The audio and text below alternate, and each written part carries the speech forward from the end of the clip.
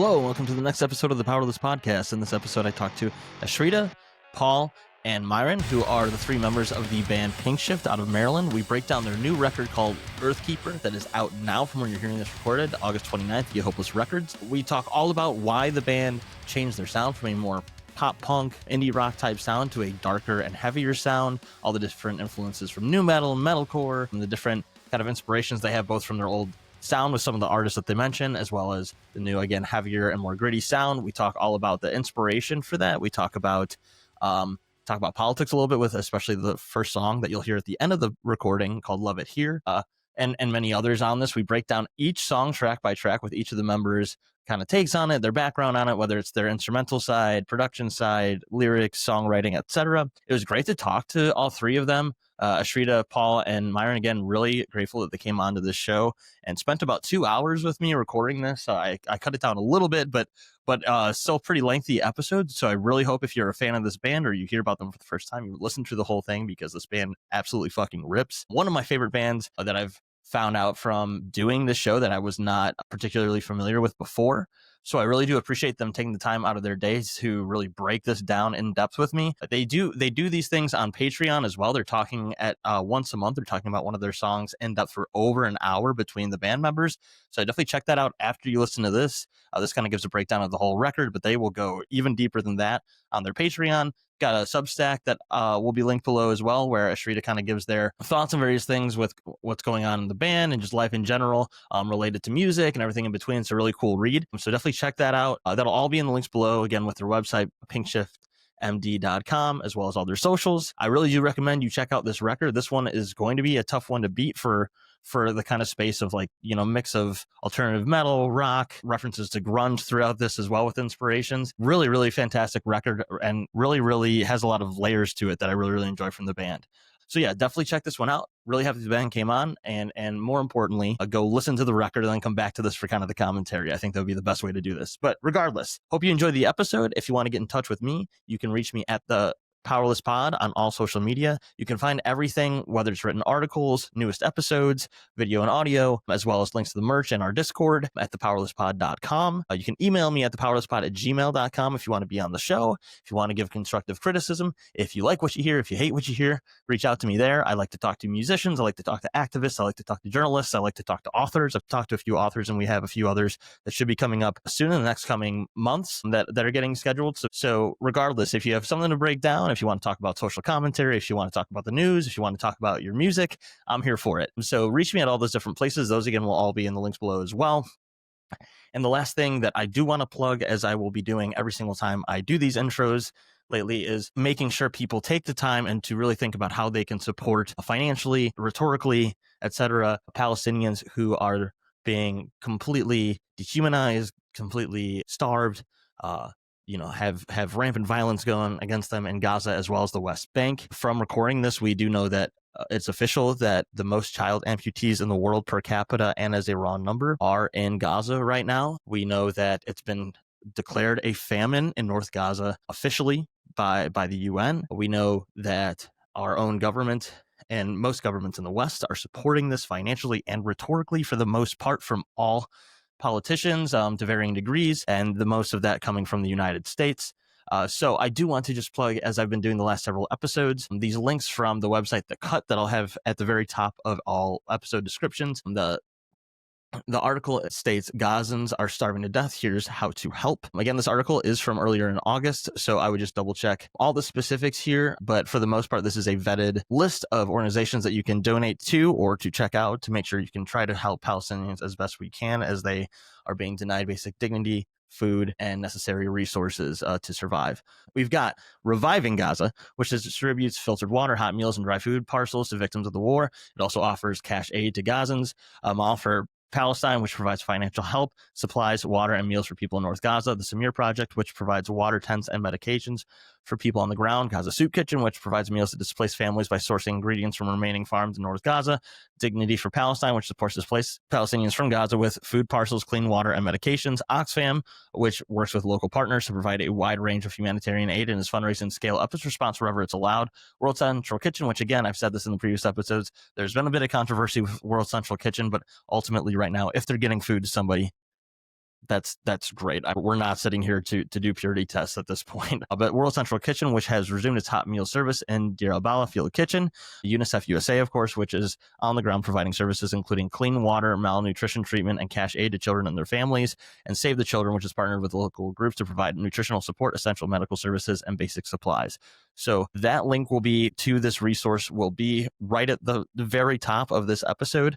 Please make sure before you enjoy this episode where we talk about music and a little bit of politics, and we do talk a small amount as well about the genocide going on in Palestine, just take a moment to see if there's anything you can do to support these people as they truly, truly desperately need it. And I know it's tough to see whether or not even some of this stuff gets through, but any little thing can help. And I do know from experience being able to directly get money or funds to organizations within Gaza and individuals, if it's, if you're able to vet that for yourself and make sure you're not dealing with an unfortunate small number of scammers online that'll message you or whatever the case may be, it is truly, it can be life-saving for an individual or for a family. So please consider checking that out. I really appreciate you taking the time to listen to that and just kind of think of the solidarity and humanity for these people. And with that, we're going to get into the episode about Pinkshift with their new album Earthkeeper with Ashrita, Paul, and Myron on the Powerless Podcast. Thanks so much.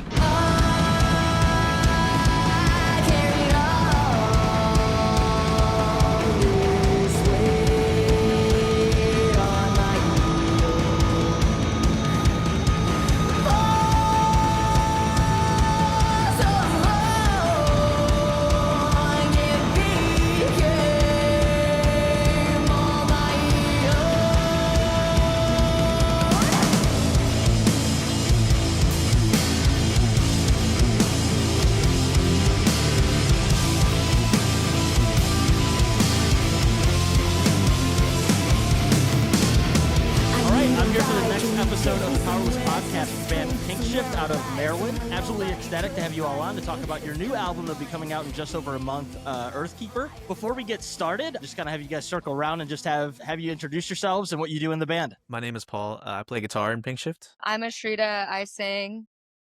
My name is Myron. I play drums in Pinkshift. Awesome. So again, really happy to have you on. I found out about you guys obviously from your publicist, but also had a bunch of other bands that I've had on numerous times, as I said earlier, tell me it's a really good idea to have you on. I had heard nothing but good things from when I referenced that you guys would be on the show today. So that's a good sign. That means that other bands love you, and usually for me, that means that like you're really good people and really good musicians when I hear that from other bands more than anything. So again, really happy to have you on. What I thought we would do today is kind of break down your upcoming album, Earthkeeper, the difference in sound and why that came to be, and kind of the start of where that kind of concept and the change in tone and influences came from for you all. And then what I like to do, if you're open to it, is I like to do track by tracks with bands and just kind of let you talk about each song, what you like about it, what influenced it lyrically, songwriting, etc. for each track. And then I pick a song to play at the end for everybody to check out for the first time if they've never heard your band before. So that's kind of the agenda. But to kind of kick things off, I know from your previous releases, you kind of had more of an overall alternative rock, pop punk vibe. You referenced that in your press release a little bit, that was much more of influences for you all, things that you had been listening to growing up. So kind of give people kind of the background of where the concept for this record came from, the tone change, and everything in between that kind of like kicked off Earthkeeper and the influences you have for it. Yeah, for sure. I mean, so like, I think, so for this record, a lot of the songs I started out on guitar. So for those ones, they have more of like a grunge influence, because that's more of my influence, like a 90s alternative kind of thing. So I feel like that kind of came out a little bit more on these songs, just because I was doing that a little bit more, like working more collaboratively with Paul on the guitar parts. So yeah, I think this shift kind of just comes from, this is the first record we're writing after touring as a band. Like, we had never written, like, all the music that we have out before that, besides maybe like Suraksha, we had never really toured before. So we definitely like grabbed a lot of influences from contemporaries, like bands in our space that we were seeing at festivals that we were playing, like things that we saw that we were like, oh my God, that's so cool. thinking a little bit more about like the crowd, what gets them moving, thinking more about like the jam space rather than just like the idea of the song itself, how it feels and how it like grooves. There's a lot more grooves on this record. So yeah, I feel like that's kind of like where we've moved into. We've moved into like a more live space. We want this to match our live energy a little bit more. And I think we achieved that with this record. Yeah. Yeah, I mean, but like, I think a lot of these songs from listening through the album a few times, which again, album's fantastic, absolutely will be ecstatic for people to hear it when it comes out on the 29th of August. But you can feel that like a lot of these songs, I would say, especially the first half of it, are like written to jump on stage and have people like mosh and jam out to it. So that makes a lot of sense. Myron, any other thoughts? Yeah, I mean, with this record, we were doing a lot more writing in the same room with each other based off of like a very simple concept or honestly just starting to play. Like a lot of times with practice, we end up just doing a quick like 10-minute jam, often unintentionally. And a lot of times we'll have like a voice recording of it. And there are songs on the album where we piece together pieces from like voice recorded jams that we really like and put those together with some other like more concrete ideas. And I think it's given us like the freedom to pull from like different sects of our brain versus like trying to get everything done in like one city, you know, like with like one concept. But like I feel like we're a lot more free now to pull from anything that we together like kind of like bring about, even if it like feels like a throwaway or just, you know, just literally warming up before practice, you know what I mean? And like I Yeah, think yeah. said, a lot of like touring and everything, listening to new music, listening to people that we've like played shows with. It's like, oh, you could do that. I didn't know we could do that. And yeah, it comes out in the Yeah, song. yeah, that makes a lot of sense, especially from like you're both saying, getting out and touring. It just kind of gives you a different perspective and also like a different collaborative energy that you wouldn't have whether you're in a room together or sitting with a DAW with your computer or whatever the case may be. Just kind of brings a different element of like what you want to pull out of yourselves, right? Right. Makes a lot of sense. Paul, any additional thoughts? They kind of covered pretty much all of it. I guess the only thing I could add is that, you know, we were writing our first record, Love Me Forever, and even Saccharine, that was like at 2020, right? The turn of the decade, basically. And I know I personally was coming out of the that like pop punk wave, like the late 2010s, which is influencing a lot of the guitars and bass playing on that music.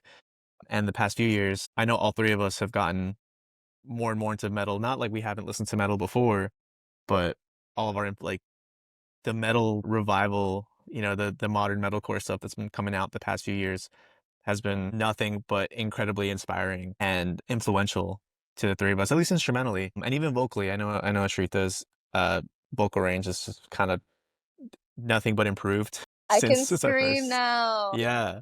Yeah. So with that unlocked, we're like, oh my gosh, let's just riff even harder because that's just what what's like speaking to us like over the past few years. Yeah, that's all I Uh, can pretty much add.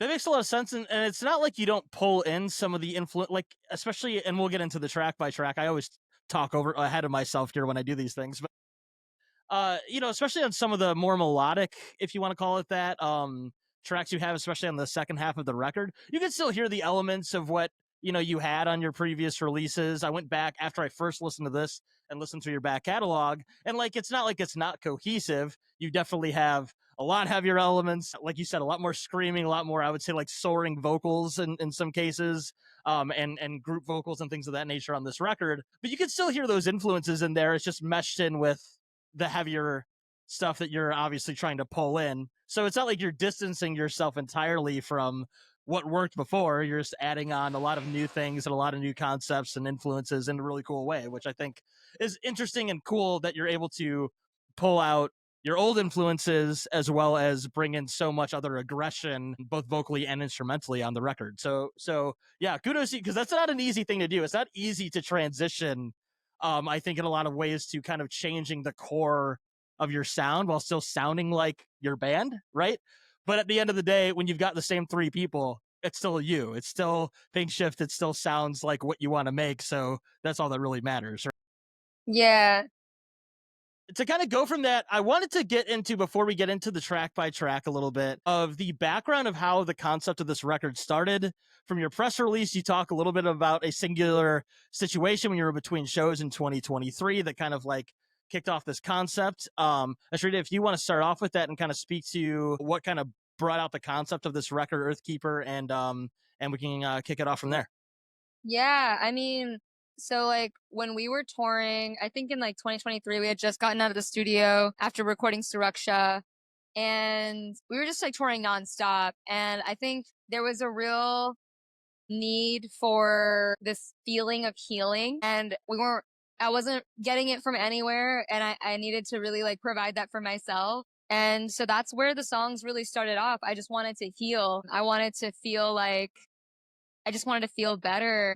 And then I think that morphed into okay, like I was looking for things and what would make me feel better in this moment. And it was nature. Like a lot of the times it was like stepping into nature. It was like immersing myself into that space, being one with the trees. Like it really made me come out of my head and appreciate my place in this world, and like appreciate the necessity for protection of this space, the natural world, and how creative it is and how all encompassing it is. And I think the songs kind of kept like evolving from there. Like we went to the Redwoods as a band in 2023, and like I was like laying on a tree trunk and like staring up at the sky, and I was like, I feel like everyone who I've ever loved is here.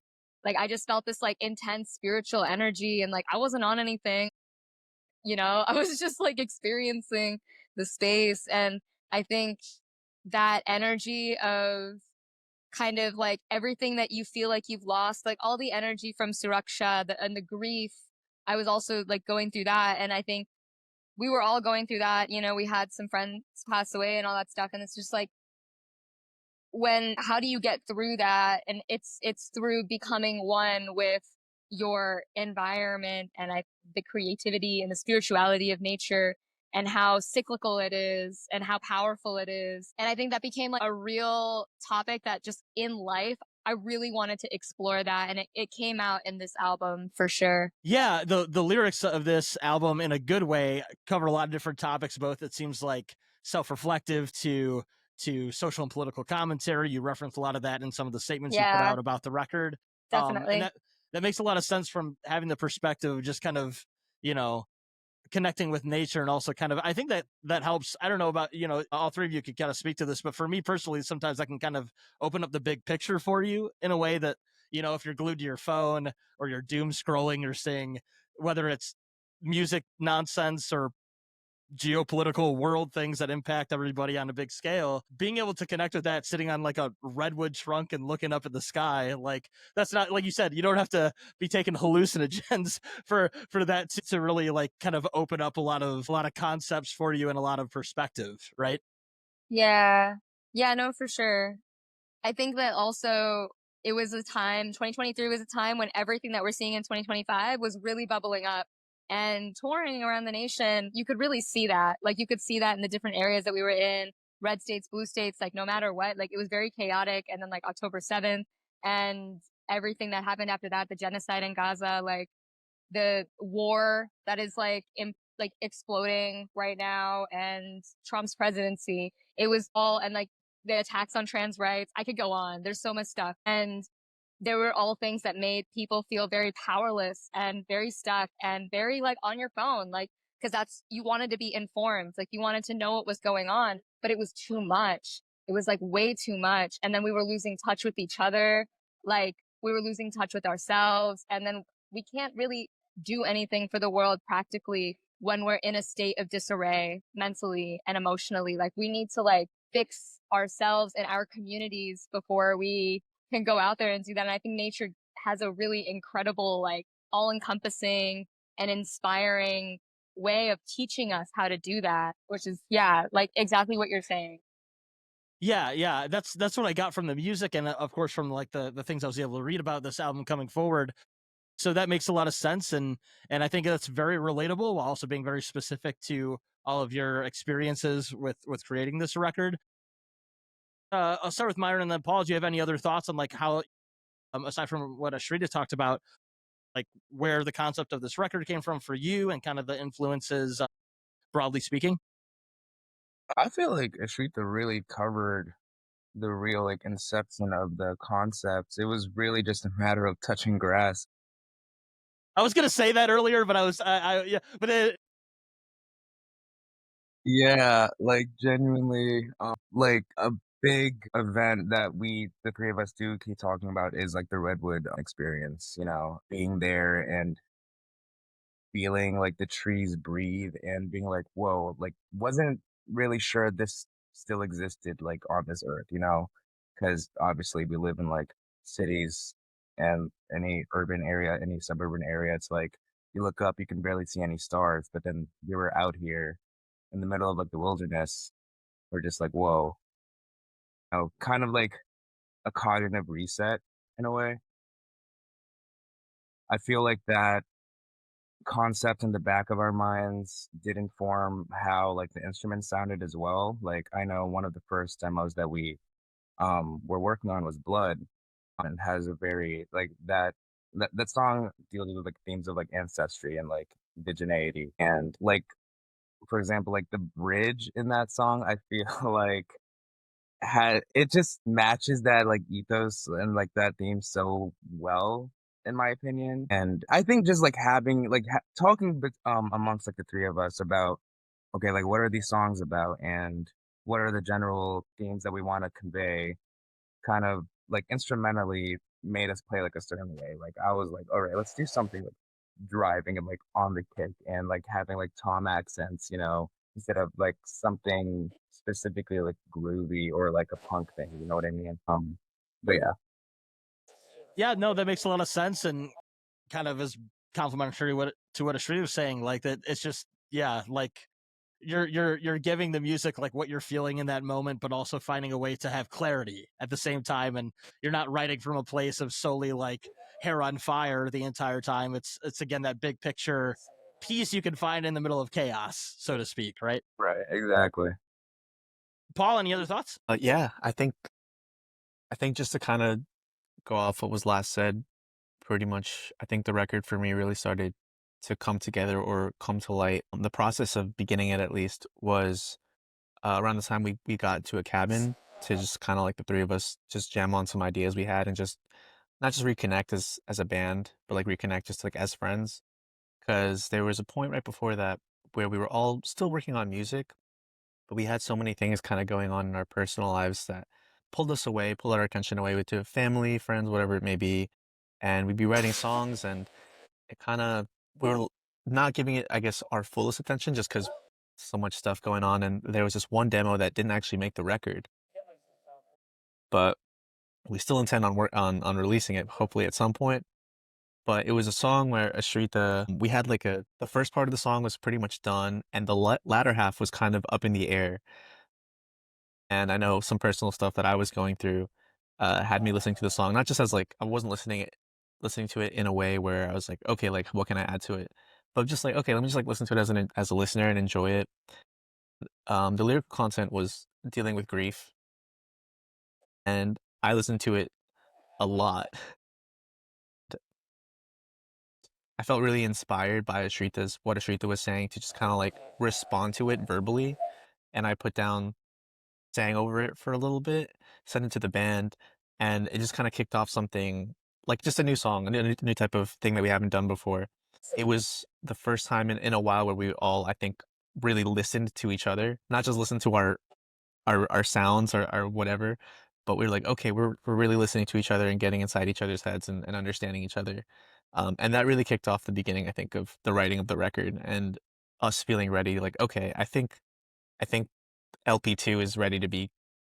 We can work on this. And the cabin trip only like solidified that confidence within each other. I know there's a song on there that I'm singing on as well, and that was the first time that that has happened, and only really catalyzed by the confidence and trust that we kind of built starting with that very first demo, starting with that cabin trip. So I know Yeah. I spoke more on like the instrumental side of things, but Yeah, I I was like very adamant that like this is like new, like this we hadn't done that before, but like very adamant that, okay, we all have to understand what the song is about before you guys start writing any kind of instruments to it.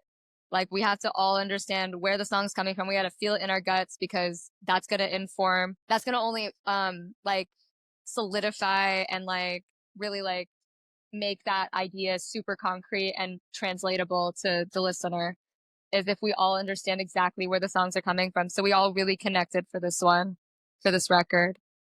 I love that. I love hearing when people, like, in a band, you take the time to literally go to a log cabin, you know, and go, like, kind of connect and kind of distance yourself from the world a little bit. I think there's something to that, because, like, you'll hear about some of your favorite bands of all time doing that exact same thing and then pulling out their most unique and their best record that you identify with. And I think there's something to doing that where, like, you're not, like, disassociating from yourself, but you're kind of being able to find a singular focus for the music, right? And in this instance, very much pulling out things from yourselves that you hadn't done in this project before, that really, like, I think sets the tone for the record and also sets it apart from your other releases in a really interesting way that maybe wouldn't happen otherwise, right? Definitely. So let's kind of kick into it here. Let's go kind of track by track. Starting off with "Love It Here," which the song, you know, straight on your end with the vocals and the lyrics, it comes out swinging pretty hard, right? So fuck your guns and fuck your violence while we all bleed and you stay silent. That is a hell of a way to kick off a record. Definitely a statement to kick it off for the record overall. Speak to me from your end, you know, whether it's instrumentally, lyrically, vocally, what the influence was for this, where these lyrics and where the concept comes from, and everything in between for song. I think, like, lyrically, like, those lyrics that was me trying to be very direct. I think, like, whenever I write lyrics in the past, I'm always just kind of, like, writing how I feel. I never really write with a goal. And I think, like, after being in this band for, like, years now and, like, writing music consistently, like, I was just kind of, like, ready to take that step and, like, be direct and, like, directly say exactly what I want to convey. And that statement itself, it's starting off the record. This song is starting off the record because I want to make myself clear, you know? That's, like, the vibe. Like, we're going into this and we're, you know, once you get to the middle of the record, it gets very, like, spiritual, and we're talking about, like higher concepts and stuff, but, like, this all ties into the same exact idea. Like, don't get it twisted. Like, we are starting from here, we are ending here. If you want to be in touch with everything else that I'm saying, this is imperative to understand, which is, like, all the words for the whole song. Like, fuck your guns and fuck your violence. There's no peace until there's justice. These are all very, very, like, important concepts, and they're not political. They're not other. They're not wild. They're very integral to understanding peace and justice and truth and healing for whole community and also yourself. Like, this is important. That's why it's so direct. Yeah. Yeah, I think saying it's not political is also very poignant, I think, because a lot of people like to politicize lines like this, and it's kind of gross that has become what a lot of people view politics Right. as, is like, I'm against violence and I want things to be better for people, and that gets politicized. But I think that's, like, Right. yeah, it's a cool way to kick off the record, regardless of every other song. Just the overall message that you have there that is both relatable, universal, and if anyone had any, like, qualms with it, that would say a lot about them as opposed to what you're saying, right? Right. It's a very, like, let me make myself clear Yeah, before we go on. a megaphone out on the first lines. It's fantastic. Myron, your thoughts on this one? So I can speak for, like, percussion in this song. This song, I feel like it was, like, amalgamation of, like, two different ideas. I know Paul had an idea, and that was, like, the intro riff, and then the verses are a guitar part that, like, Ashrita came up with. What I like to do a lot of the times, I guess low-key kind of inspired by Arctic Monkeys, but I like to follow Ashrita's vocal cadence. We were working together a lot. Yeah. Yeah. That's, like, something that I like to do. So with the fuck your guns and fuck your violence, like, that whole, I wanted to make sure that there was a kick or a snare under, like, each of those syllables during, like, those verses. And of course, it's like a really like fast paced, like super energetic driving song. So I try to keep up the energy like the entire time. And then second verse, I think it just kind of hints at like the new metal influence that just kind of seeped into the entire record where I'm like, all right, Ashrita's gonna basically rap and I'm just gonna lay down a groove. Yeah. I remember when we were working on this at my apartment, and then y'all left for like lunch or something, and I just like wrote like this spoken word thing, and then you guys came back, and I'm like, guys, I'm rapping now. You're rapping now. And I was like, I love it. I love it. I remember Yeah. y'all And mentioning it was like a Red Hot Chili Peppers type yeah. vibe for that one too. It Yeah. was inspired by Red Hot Chili Peppers. When I was trying to think about a flow, I was thinking about the Red Hot Chili Peppers, which like I feel like nobody would guess that. Like everybody's like, oh, it's probably Rage, but it was Red Hot Chili Peppers. Well, that kind of staccato, call it rap. I think it's rapping. It's its own form of rapping. I mean, a lot of people would go to Rage. Rage doesn't quite do it the staccato way you're doing it. That is very like Red Hot Chili Peppers coded for sure. Yeah. Paul, any other thoughts on this one?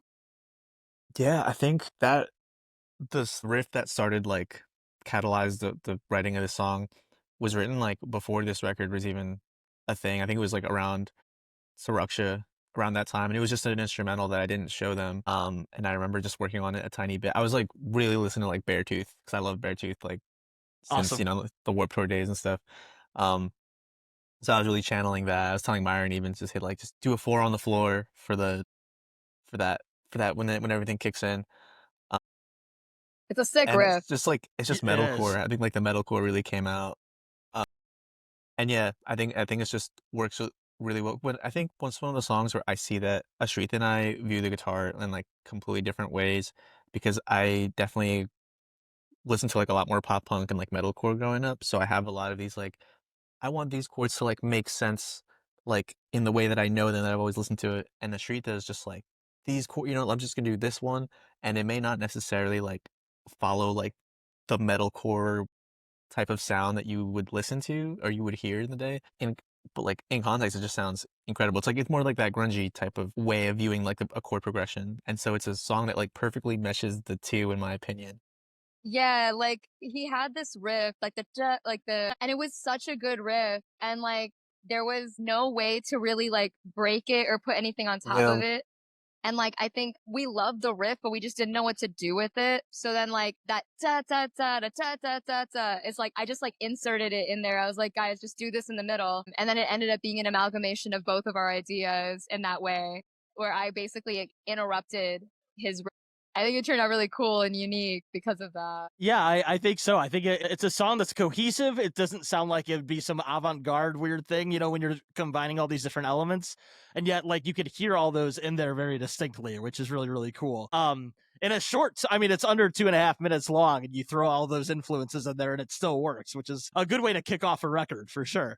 That goes into one of your singles that you've put out from the record, I Need a Ride. This is the video that you did that, as far as like the videography goes, it's a little more of like the professional elements of with the camera and everything else like that. It looks really great when you're, right. I'm getting that right. This is the one where you're outside and, Yes. it's, yeah. Okay. And I really like that. It was a cool element to it. Just kind of, again, going to Ashrita, then Myron, then Paul. Just tell me your thoughts on this one, conceptually, lyrically, instrumentally, all that good stuff. I think this song is probably like one of the most like powerful. And I say that in a way where it's like, it's a song that it starts from feeling powerless to kind of filling your cup up to the end where you're like, I feel alive. Like you're like manifesting it. And towards the end, you actually are that thing conceptually. So like in that way, the song is very like therapeutic. It was therapeutic to write. It's always therapeutic to play. Cause I feel like it takes this progression from like, I need a ride. I'm like freaking out. Like also my car wasn't working in the winter. So so I wrote that in my journal. I was like, I need a ride. I was like asking everybody like, hey, can you give me a ride? Like I need a ride. And then like, I was just like, I need a ride to all these places. I just need to fucking scream. I need to scream. Like I'm stuck in my room. I'm like freaking out all the time. Like, anxious. I'm always like overthinking everything and not saying I've healed from that. Everybody's guilty of that. But like, what do I do to get out of this? Like, I just want to get out. Like, let me out. Like, I think that was like where the song started from. And then there's this like a spiritual resolve, just like, you know, getting rid of that capitalistic mindset of the scarcity mindset. Like, there's never enough. You know, there's always enough. There's always so much. I have a lot of things. I'm not going to focus on what I don't have. I'm going to focus on what I do have, what I can do with that, and kind of hone in on my power from that standpoint and express that power and be very like still and like roaring in that power like a lion. Yeah. Like, I think that's really conceptually, like, that's how that song travels and that's the journey of it. And it always feels like that every single time we listen to it, every single time we play it. It's really cathartic. That makes a lot of sense. It felt that way as a listener, so it's good that that's exactly what you wanted to convey. Yeah. Myron, your thoughts on this one? Yeah, I really like this one. It came about from a jam that we were doing end of last year that we then kind of cut up another song and inserted that into two parts of like that jam to complete the full song that is I Need a Ride. And at first, like originally on drums, I was really being a lot more on top of like the riff, being like da da snare da da snare da da snare. I was doing that for most of the time. Producer we were working with, Brett Romney's, he was like, "How about we do like the halftime like '90s new metal thing, where you really just like lay into like the groove." And I was like a little like, I don't know. And then we tried it and I was like, wait, that feels really good because it really lets like Paul's riff breathe a little bit more and low key appreciate it a lot more. And it's just heavy. It's sick. I was like near like end of recording, I was like, hey, wait, I want to do the thing that Slipknot does, and I want to get a sample of like some kind of like metallic clang and put that under some of the snares. Went into the stairwell with a drumstick and just hit the railing, and our producer just got a voice memo of it and put it under some of the snares, and it's awesome. Yeah, I love it. getting your own version of their like keg hitting that they've got Exactly. on I was some like, things, right? yo, let's do it. It's so sick. It's so fun. Yeah, this song started out as like a dance song. Like, it was gonna be Yeah. like, it's like, I need a ride, can you take Yeah. me somewhere? Like, it was kind of like the vibe of it at first. And that's why you were so tight on the riff, drum wise, like that da da da da da da da da. Because at first it was gonna be like a dance song. We Right. wanted it to be like dancey. That's what's so interesting whenever you put songs together though, is like drums, you know, everybody brings their own things to the table that like makes the song, but like if you ever watch any videos of people where they'll change the drums of a song, it truly does change the entire feel, you know, the entire dynamic, whether it's urgent or dancey or groovy or whatever the case may be. So the Definitely. fact that you did that does, like, without changing anything else, you can change the entire concept of the track, and I think it spells it out in the best way possible though. So that was a good change. And I also love just hearing that you're putting in a little voice memo to like layer on the snare to make it a little Slipknotty. That's a good Hell little tidbit. That's fun. yeah. Paul, go ahead with any thoughts on this one. Yeah, I think anytime Ashrita's down to lower the tuning or just go lower, jump on it. I'm like, yeah, like the first half of this record is not in our usual drop C sharp tuning. We're either in B or drop A. And so I think a lot of the modern metalcore influence, like Loathe and Knock Loose, Myron and I have been nothing but obsessed with the past few years, really comes in with in this song and the next one, Evil Eye. But yeah, it's because it was a dance song, you know, the riff was kind of meant to be really simple, just like single note octave thing, and you know, we're just kind of vibing to that. The breakdowns, we never shy away from a breakdown when we have the opportunity. So Paul's the breakdown king. if it does not sound too much, tacking one at the end, love it. Yeah, no, it's always good to add in breakdowns. I'm a firm believer in that myself. When you kind of go down to drop A, this is just, I play guitar a lot in different projects and stuff. Has it worked okay with like the typical guitars you use? Have you ended up having to get a baritone or kind of use thicker strings, or have you adapted to the lower tunings like that? Because that can make a big difference. You know what I mean? Yeah, we experimented with lower tunings on Sriracha, and I bought a baritone guitar for that whole EP. So that whole EP is in drop B. And it was around that time where I started jamming a little bit more in drop A. And that's where kind of sneaking into Evil Eye a little bit. That's how Evil Eye kind of started. I was jamming that during the recording of Sriracha. But it's been the baritone that can handle those drop tunings. And then Ashrita at the turn of the year finally pushed me to get a 7-string guitar. Because for the longest time, was just like, I don't know if I like. I was like, dude, you want to play low? Just fucking do it. Just It's get like, a 7-string. They look cool, but I was like, on me, like, you can appreciate a guitar, but it was just like, I don't know if I would rock that. You know what I mean? You were like, yeah, imagine if they added like more keys to a piano. Like, would you like that? And I was like, yeah, like I fucking love that. Like, what? It can be a little hard to like, I think, get when you're playing a 7-string, like, you know, the switch between the G and the B string, like the interval there is 1 string lower. So like that kind of can fuck with your head a little bit. Once you get it down, it's pretty, you know, it opens up a whole new world for you. But then you'll go for an 8-string next, you know, for the next record. Yeah. So it's an addiction. It worked out. It worked out because on that song specifically, end up using the higher frets on the top 2 strings too. So I was just like, okay, the 7-string purchase was necessary because then I'm using the whole range. Yeah, it ends up working out great. Yeah, you just got more versatility, right? You don't have to go on the low string the whole time. You can still play it like a normal guitar, right? No, that's great. Well, you kind of opened it up there a little bit, Paul, to go into the next one with Evil Eye. Again, one of the other singles that you've put out.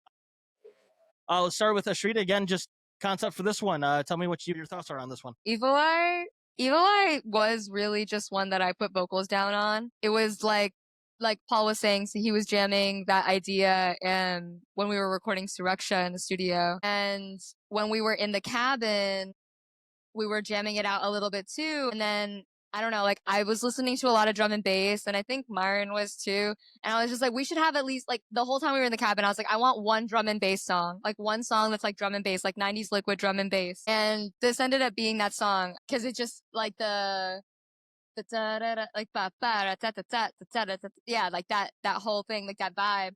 So then I didn't really feel like I wanted to be melodic on this song. I felt like it was like this vibe was created, and I just wanted to like speak to what it felt like, and it felt like a race. Like it felt like we were like running like from something, and that's kind of just like where it started. So like the heads down, listen to me now. It's really just like we are in the moment. We are not talking about anything like out there or like big or metaphorical. Like we are like right here. We are locked in, like you and me. It's very present, which I think is like a little bit of a departure for me conceptually and lyrically, like being very like present and urgent.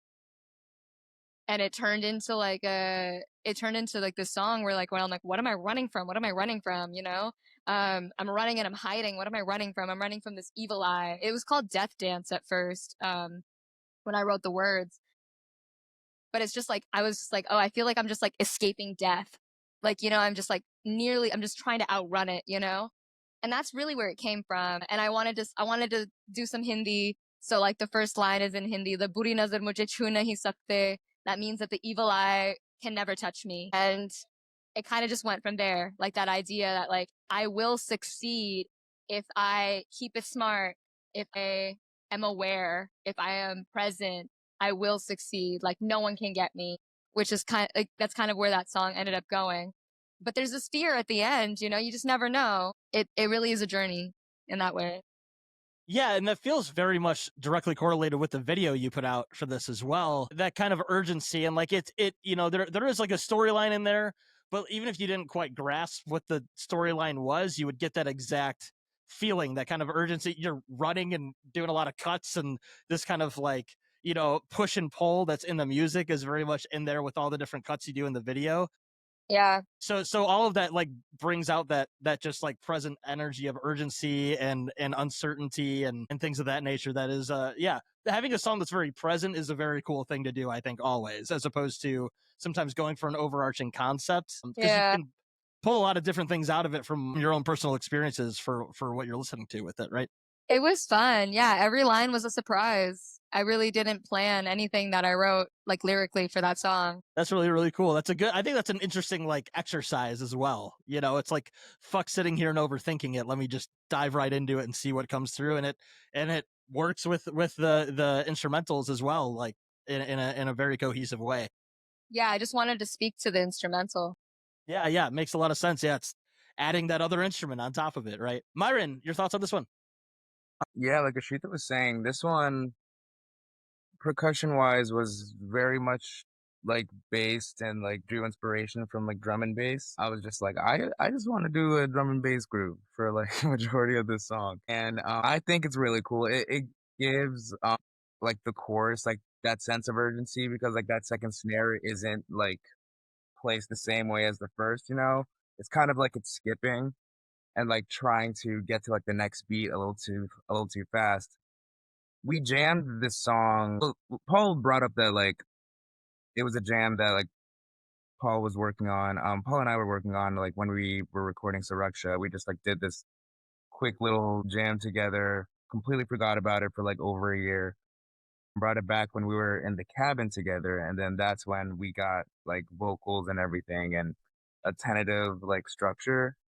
And then for the second verse, we did insert another. It's like, again, the concept of we're just jamming and then we have a voice memo. We listen back. We're like, oh, that's cool.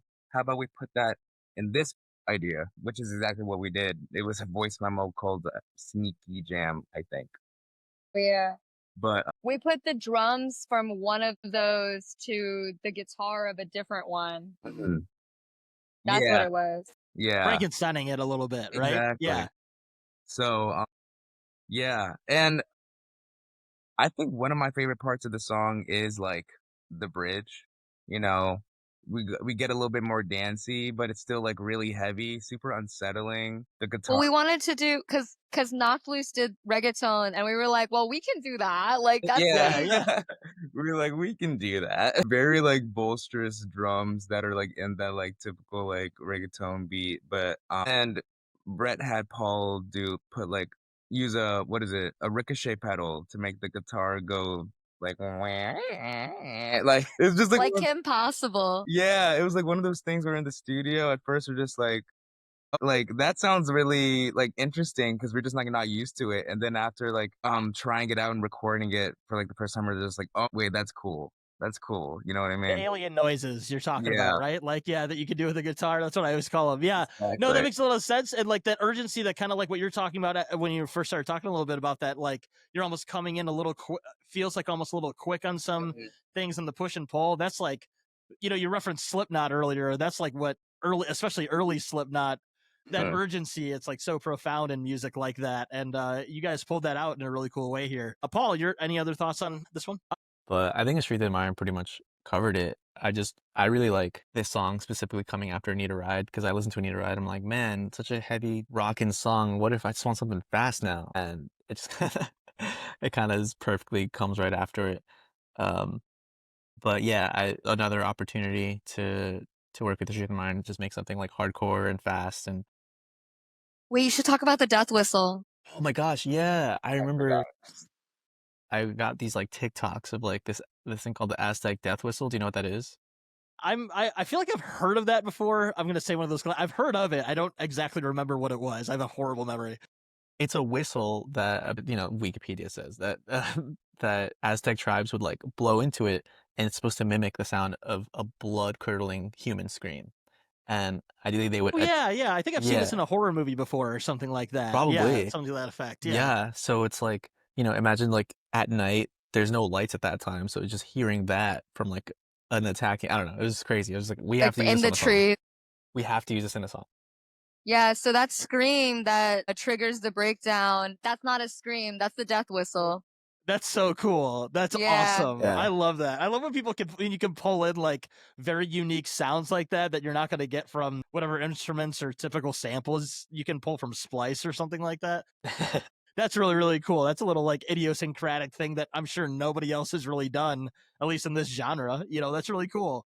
Yeah, we really wanted to hone in on the themes of like indigeneity and Yeah. like ancestry, and I feel like that was a really awesome way to do that a little bit in that song. Yeah, no, that's really, really cool. Well, yeah, I'm gonna throw a little screen grab of that for people so they can check it out here for the recorded version. No, that's a really unique little tidbit. That's awesome and fits with, I don't know, something like that fits with like even like the title of Evil Eye, just kind of like that concept. It's really, really cool for that song. Go to the next one. Don't Fight. Shrita, sorry, just go ahead and speak to this one for me.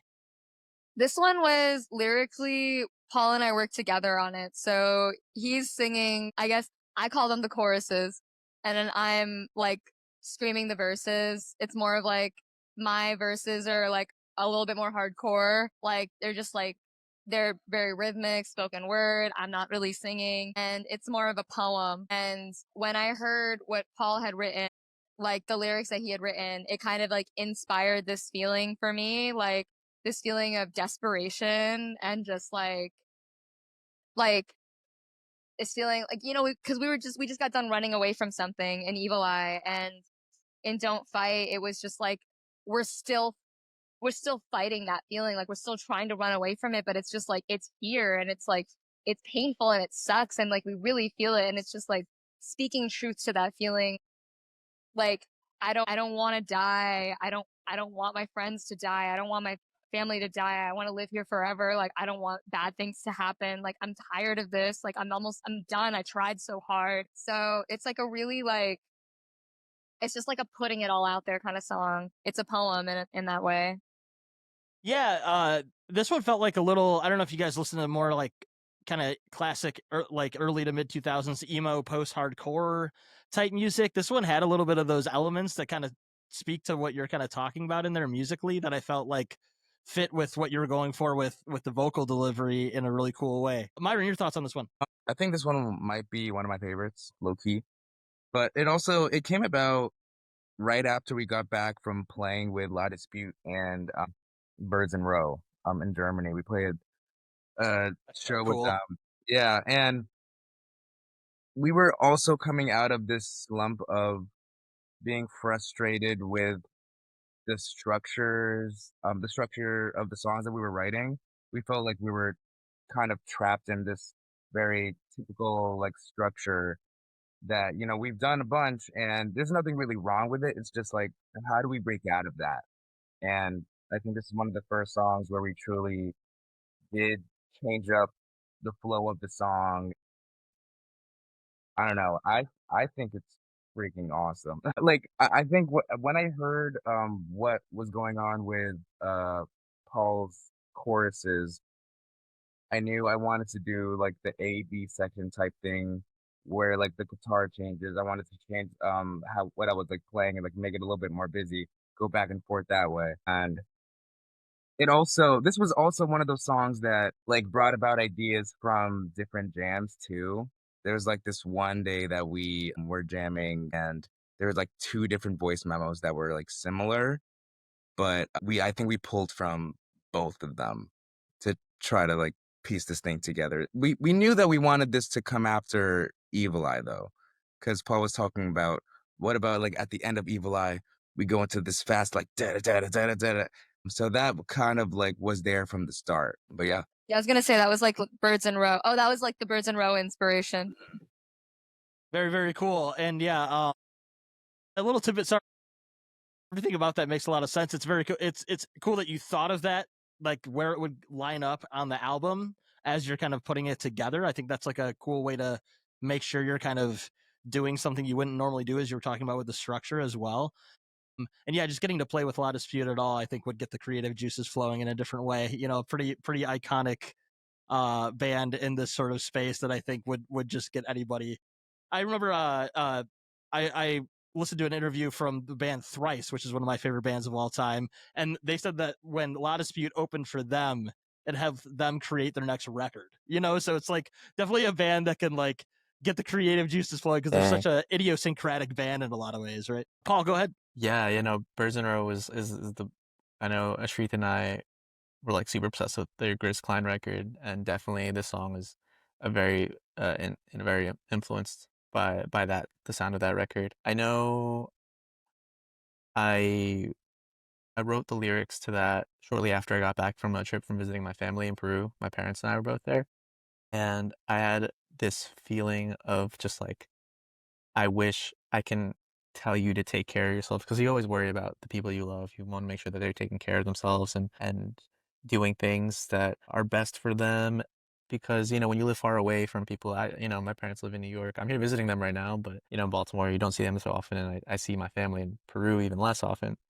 You just worry, or at least I personally worry about their state of being, if they're being taken care of all the time. And, you just don't know when you're going to be able to see them. You don't know if the last time you visited them was going to be the last time that you're going to see them. So that anxiety just like vomited out on a piece of paper and wrote, and I just sent that as an idea to Ashrita Kumar. I didn't even like send it with like a, hey guys, let's work on this. It's just like, this is just something. I don't know what it is, but it's something. I'm really grateful that it resonated with both of them. I guess I got a little taste of what Ashrita feels when like they, when we listen to a song that they bring forth, and I get like that excited feeling. It was rewarding to kind of be on the opposite end of that, opposite side of that. But yeah, that one's definitely, I think, one of my favorites as well, just because of one, instrumentally. It's just very proud of that song instrumentally. I think we all absolutely crushed it. But it's kind of like similar to that demo I referenced earlier in this interview. I was just like, oh, we're both kind of listening to each other and responding to each other like verbally. It was just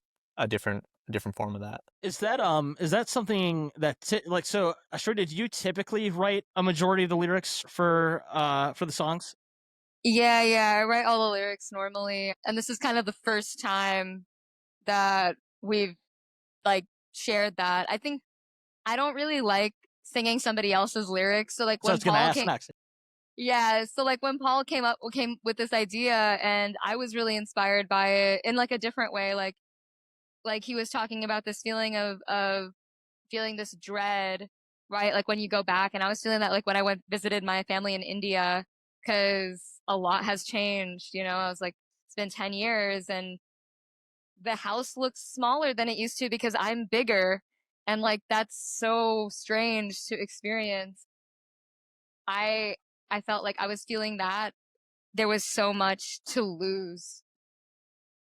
And when I heard what Paul had written, I was just thinking about everything that I had lost and everyone that I had lost. And I was like, I'm tired of feeling like there's so much to lose. And like, I don't know, like I liked the way that Paul sang it. And I told him, I don't want to sing this. I want you to sing this in the studio.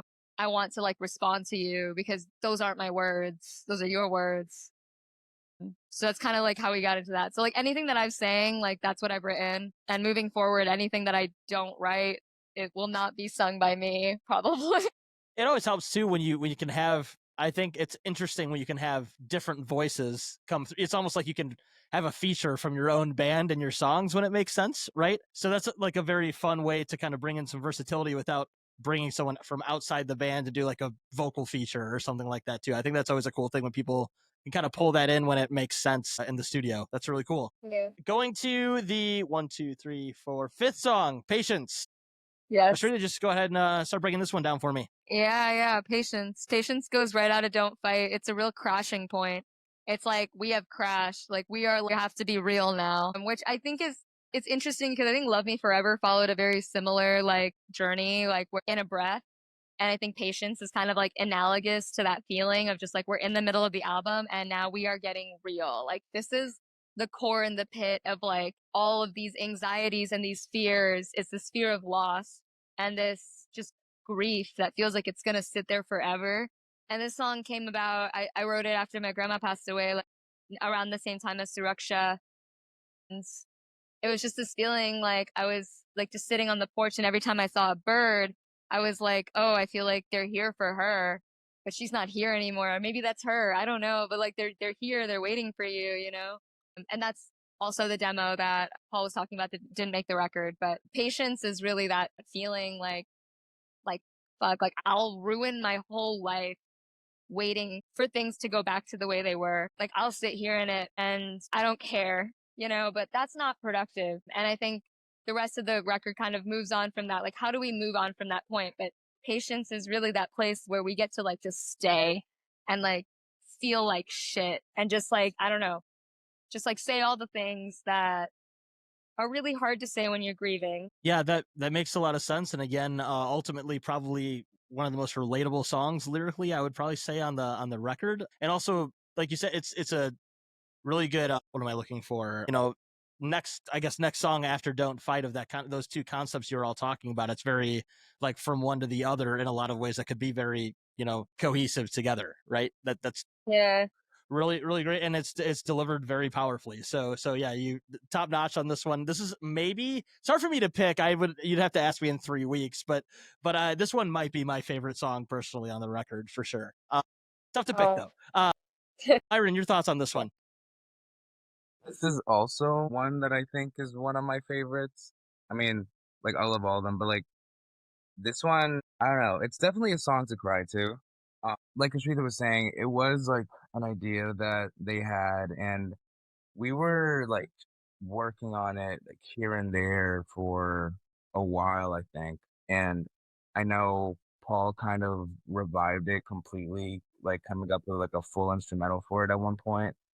Low key, I feel like I thought that it was like a really good idea, and I was like trying to like come up with stuff for it. There was like a point where we're like in like the liquid drum and bass phase, that like at the height of that, where I was like, what if we try to do something a little bit more like that with a lot of tender like cymbal hits, like a lot of like bell hits and stuff like that. I remember we were talking about Tides Yeah, by Nathan Sawhney. right, exactly. But then it became this huge, like crushing, like halftime thing the whole time. I'm not really trying to take anything away from what's happening like lyrically. So that's why it feels like very constant, and you're just like kind of sitting with these words while like the guitars make you feel everything. So I love it. Yeah, that's the mark of a good musician too, in my eyes, is like, you could clearly rip it on the drums in a lot of these parts where it makes sense to, and then it's good to know when to let the song breathe, right? And Right. this one's, I think, a very good example of that. Paul, your thoughts on this one? I remember when Ashrita first sent me their initial idea with them playing it on a guitar, and I was like, this is incredible. Like, this is a good song. And there were times in the process of between us getting to writing it and getting to the studio where I know Ashrita doubted. I was just like, is this even good? I don't even know if this is a good song. And I was just like, no, I promise you, this This is a is good. the one song that I was like, I don't know if this is a good song, you guys. I was like, I promise you, this is a great, great song. Because like it was less about the guitar and just more about like how vulnerable they were with their lyrics. Because I've cried to the song, of course, even now, even after we've recorded the record, with stuff that has happened personally. I'm just like, I would listen to this song and I'm just like, oh my gosh. But I think definitely we were all on a page where it's just like, oh, I think just like instrumentally, it just needs a little something to just like carry it forward.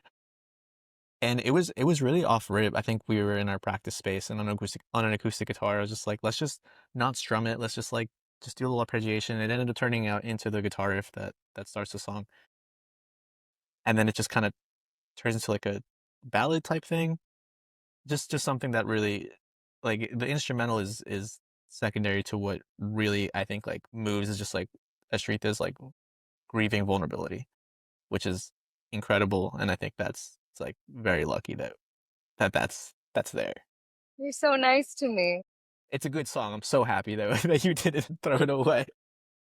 That's It's always so interesting good. too, the amount of your own like favorite bands that if you hear them deep dive on a record, they'll be like, oh, this song we almost didn't put it on or whatever, and it ends up being like one of the fan favorites or something, and it's like the one that people remember, or whatever the case may be. Yeah, it's hard. I get it, like being vulnerable and kind of putting a little bit of a different vibe to the music. Um, Yeah, could it's oh, I'm sorry. I no, was go saying ahead. it's inspiring because like I just having or writing lyrics for Don't Fight, that level of vulnerability and directness is so, it takes years, I'm sure, of like confidence building and practice and skill to do that. Because even just writing lyrics for stuff like that, I'm just like, oh my gosh, I don't even like, oh, you want this to actually be on the record. Okay. Like you overthink so many things. So I think that song's a really good example of just building that skill. Yeah, absolutely. That makes a lot of sense. I think Ashrita maybe fell off the recording here. So there we go. There they are. So yeah, no, again, this one, I think, for all, like, I'm someone that loves heavy riffs, heavy music, everything in between, and yet somehow this one, it's funny, this one ends up being arguably my favorite one on the record, which just kind of shows the vulnerability of it and things of that. This one's my dad's favorite song on the record. Yeah, it could be like the more universally loved one from like different generations too, right? So that's always a good thing. But yeah, let's go ahead and get into the next one, which I think is the last song on the first side of the EP, so like the first half of the EP album. Man, I'm tired today. Track 6, which is Spirit Seeker. If you want to start off with this one, just tell me your thoughts on this one instrumentally and all that good stuff. Yeah. For a second, I was like, oh shit, what happened? Like, how did this come to be? And it's because up until recording, it was called Ghosts. And in my mind, I was trying to think back, all right, Spirit Seeker demos, but it was called Ghosts. I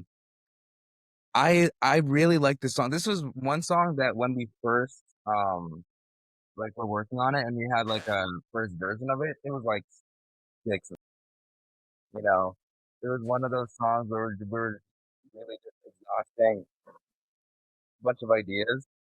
It came in way heavier at first, but I really love the way it eases in, like with the guitar arpeggiation now. And it really is just like something I'm just like grooving over again, which I I really like. I really liked recording this song because I didn't really have the exact like groove for what I was like playing for like the entire song before like the studio. And it was actually kind of frustrating me because something about I wasn't happy with what I was doing on the song, and there was like also issues with the structure of the song, and we got it all smoothed out like in the studio with Brett, and finally got something that we were all like really really happy with. I think this is just a little tidbit. I think this is the song. This is the first time where I gave input for like a vocal melody, just literally the tiniest bit for like the last chorus, because I think before and still am, I'm like super shy with like melody ideas, like not like super confident because obviously like the other two like are amazing, and I'm just like, all right, I'm not sure if like any of this like actually makes sense or if you're like hearing something or not. Um, but yeah, it was like again like overall vibe of the whole album is like we're all dipping into each other's like baskets and like really informing how we all like write. So I don't know, just another note of like collaboration. I don't know. I Yeah. love the song. That speaks to the best part of any band, which is collaboration, right? So you had an idea for a line or two, right? Like when it comes to the vocals, and it works out, right? Like, and nobody, it's good to not have too much pride, whoever's involved in that, and just kind of make the song the best it can be. And yeah, it rips, and that's a cool little thing of like your guys' collaboration all in all. That's really awesome. Ashrita, go ahead and speak to this one. We're talking about Spirit Seeker. Yeah, Spirit Seeker. That one was called Ghosts at first. That was the only one that the name changed for the record. Otherwise, the rest of them are still the demo names, but this is a different name. Ghosts. I remember showing that to my friend, Jill from Pollyanna. And when I showed that demo to them, they were like, don't show this to anybody else. Like, this is a really good song. Like, someone's gonna copy it. Like, you need to like keep this to yourself. Like, this is really good. I was like, oh shit, okay. And I didn't really know what to think of this song at first. The riff comes straight out of the idea for Blood. Blood was like a song that inspired a lot of the other songs for me, like Reflection and stuff. So the riff from Ghost comes straight out of jamming on Blood. And it really is this like, come closer, come closer. Everything that you think is out there, it's right here. Everything that you think is out of your control, everything that you think is like, all these things that you think that you've lost. I'm almost talking to the person who sang the first half of the record. I think when this song comes up, it's like a real turning point. Like I'm talking back as the Earthkeeper or whatever. Like there is more to this life than what you think that you have lost. And there's more to your existence than just serving others or serving this like system. There is way more to who we are than being angry at everything that's wrong. Like we can do something about this. Like we do have this power, and that power, like I'm like I feel this incredible loss, but I'm reinforced by the things that I was given. It's kind of like this reframing of loss. It's a reframing of grief, just using what we think that we lost. Like, that's what we have. That's what we were given. That's what we carry with us every day. Let's use that. Let's kind of fortify ourselves with that strength of the people that shape who we are. And we shape who we are together all the time. And I really thought in this song, I was like, I want to talk to the audience. I want to say, breathe with me, be present with me, put down your fucking phone, be here with me, you know, understand what I'm saying, connect with me, because this will be an incredible experience for you if you choose to do so. Yeah, that makes a lot of sense. And again, goes back to what you talked about earlier when we first started talking about the record, with like the idea of everyone being, you know, wrapped up in, you know, it's not just like economics, but like the capitalist mindset of like scarcity and never having enough, and kind of instead finding yourself in that present moment, right? And yeah, putting the phone away and stop doom scrolling and be with strength with each other, right? That's a beautiful thing. Paul, go ahead and tell me your thoughts on this one. Yeah, this one is changed a good amount just to dynamically from the demo, but it's one that I personally I feel like Ashrita kind of rocked it on the guitar with the guitar riff and the progressions, and I was like, I think this is really great as is, and the most I really did was just kind of I guess like played the way I would normally play, but a lot of it is, I think, from the demo, the vibe was there. If anything, I think in the studio we managed to just sneak in a little solo there, but for the most part, a lot of really cool sounds on this one too. I know in the studio we Brett pulled out a lot of pedals that made the guitar's lead sound like synthy and stuff. But yeah, Shrita and Myron pretty much took it away with this one. Talking about it just now, but I think it's a really great song to kind of lift us out of patience.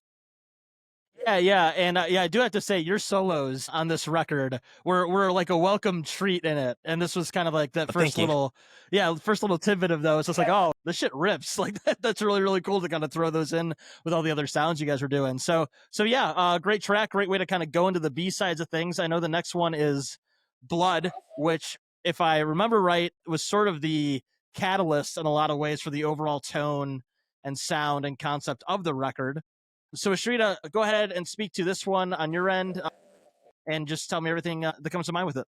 Yeah, Blood is the first song from this record, I think, that actually existed, gave it its push conceptually for, I think, like what we wanted to do with the next batch of songs and like with this next period of writing.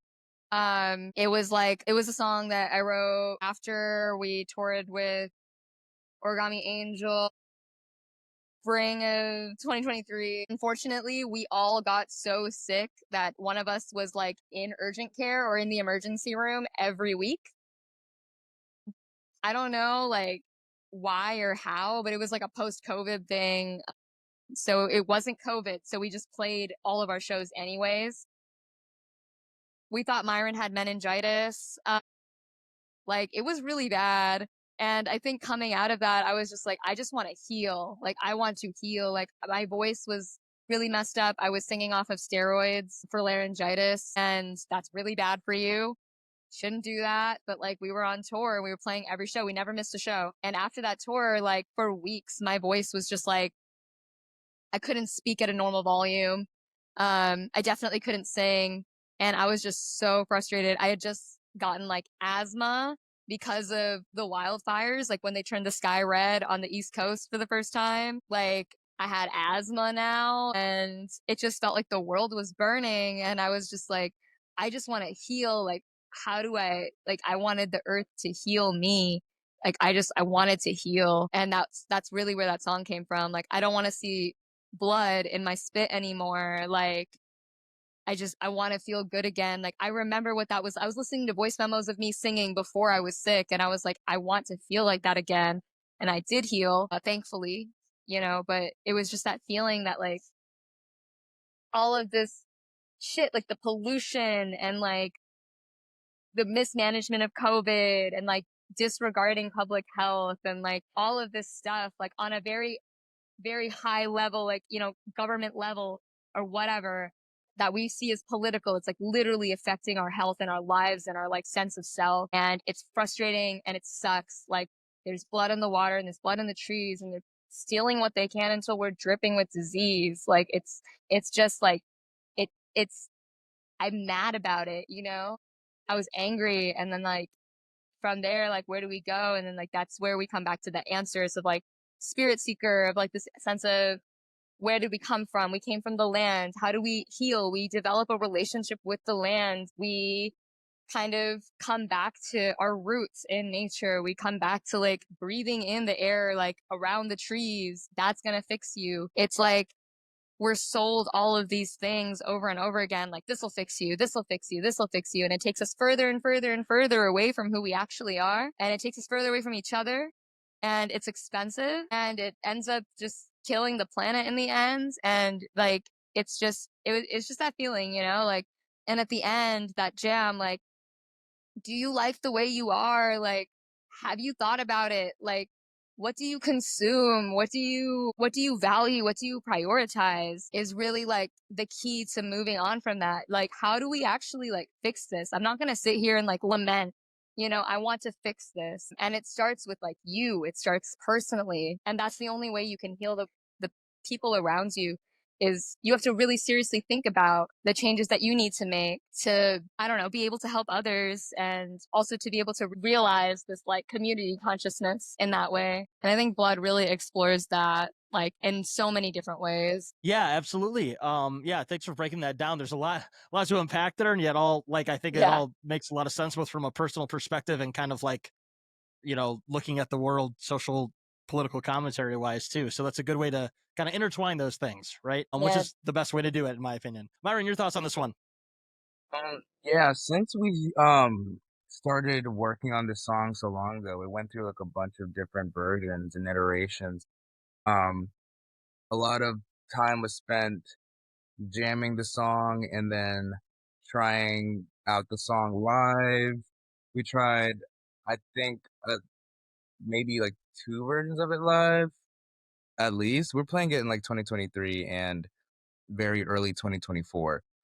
And then came back to it, and basically there was a lot of evolution involved in the writing of this song. And the jam that Ashrita was talking about, or like the end of that song, post solo, that was like that actually initially was like a quiet jam that we did like late last year, I think, if I'm remembering correctly. It initially was like a very chill vibe that we then, you know, used and repurposed to like close out the song on like a different note. And again, also like playing with like the structure of the song, so we weren't like trapped in our usual habits.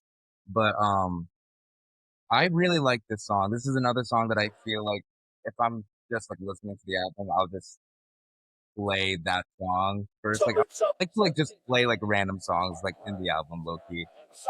And I like find myself cooking Blood a lot just because I think everything about it is from low key. And the bridges look so crazy to me. I don't know. It's just it just gives me like this feeling of being out in the woods and like seeing like a single light like through the trees. You know what I mean?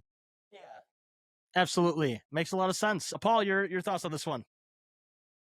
Yeah, this song definitely had a lot of versions, a lot of iterations. So you listen to like the first demo of this, the first full band demo of it, definitely sounds very different.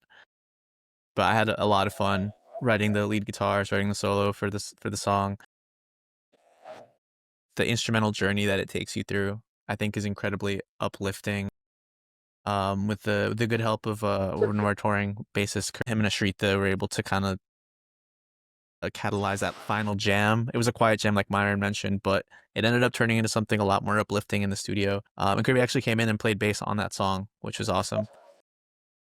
And I think overall, it's a really, despite how angry and like visceral the first half of that song is, the way it takes you out of it and kind of gives like a really nice life, like some hope afterwards, is incredible. I think it's top 2 songs on the record for me. And I know this was also one of those songs that Ashrita was like, "I don't know if it should be on the record." I was like, "Of course it should be on the record. This makes me wanna, like, punch someone in, like, a good you know what I mean? In a good way. Yes, yes, Yeah, yeah, I definitely feel absolutely. like a lot of people maybe that have ancestry or have family from colonized lands can definitely, despite how direct the lyrics are, there are many layers to it, and they can make you feel really angry in a nice cathartic way. Yeah. Cathartic is a good way to describe this song, I think, overall, right? Yeah. Yeah, Yeah, definitely. definitely. Yeah. It's a great one, and I can see where like the rest of the record kind of like blossomed from that track as well. So that makes it's definitely a Yeah. great one. All of these songs are very heavy thematically. Yeah, which I love. I like to do this. I interview like journalists and activists and stuff like that, as well as bands. So Yeah. when you get into like the nitty gritty of like commentary type songs, that's what I absolutely love more than anything.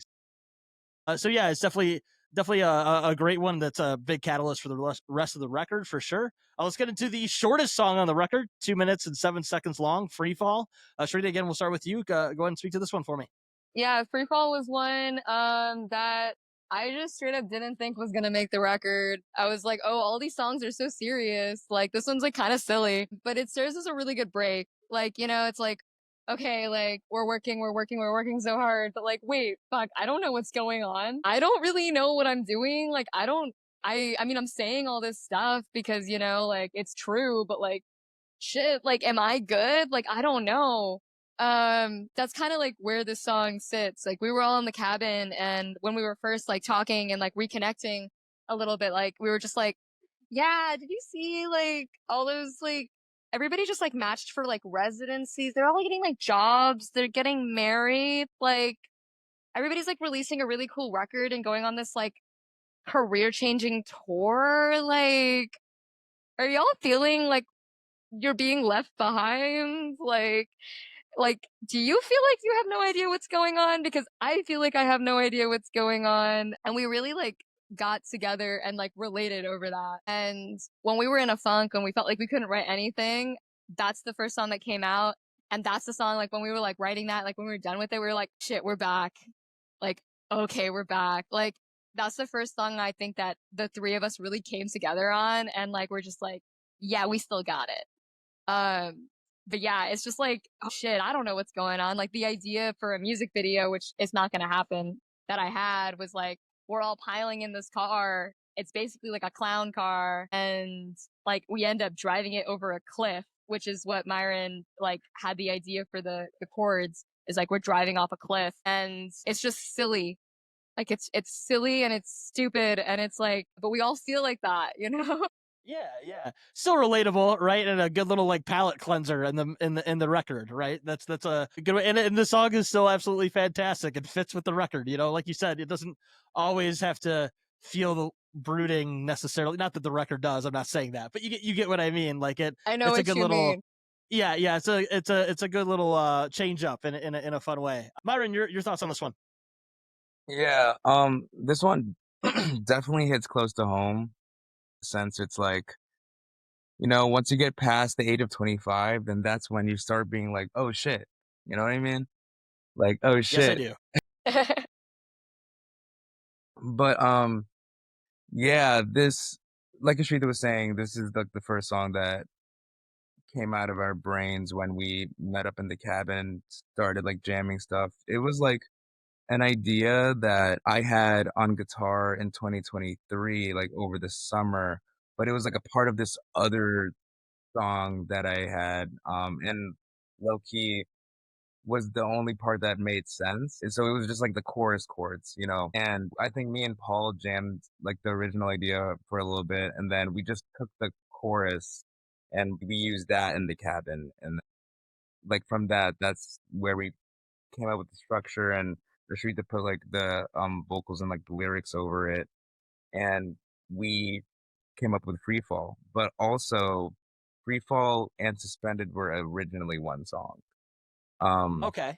like what Ashrita was saying, my idea with the with the chords and everything was I was envisioning you're on like you're in a car that's like speeding off a cliff, and then once you're like stuck in the air and all you can see is like the water below, that's like when suspended happens, and then time kind of slows.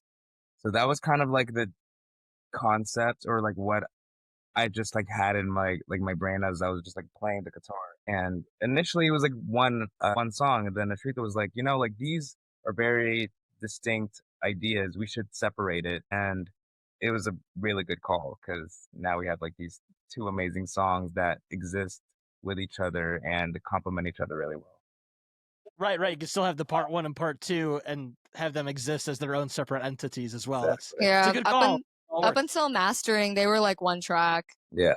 Yeah. So it wasn't even, you didn't add an ending necessarily, right? You literally found a way to cut it, and it goes, that makes sense. They flow very, very well one after the other. So makes sense that they were like that, I guess. Yeah, I can't imagine it listening to Freefall like on repeat by itself. That would give me so much anxiety. Paul, your thoughts on Freefall, and then we'll get into Suspended right after that.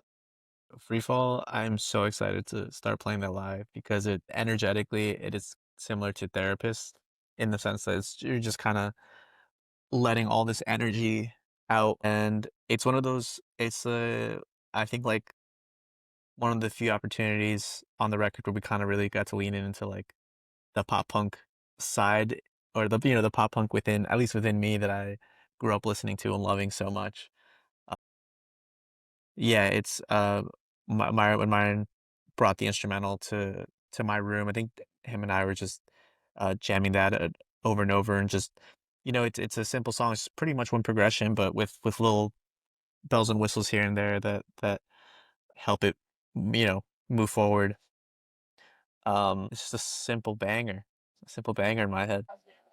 And sometimes those are the best, right? Yeah. Yeah, that makes a lot of sense. So yeah, this is definitely one of those ones again that you could feel that previous era of you guys kind of coming through a little bit within how it's delivered with the end product. Getting into I guess like the second side of that track in a way. Ashrita, go ahead and speak about Suspended.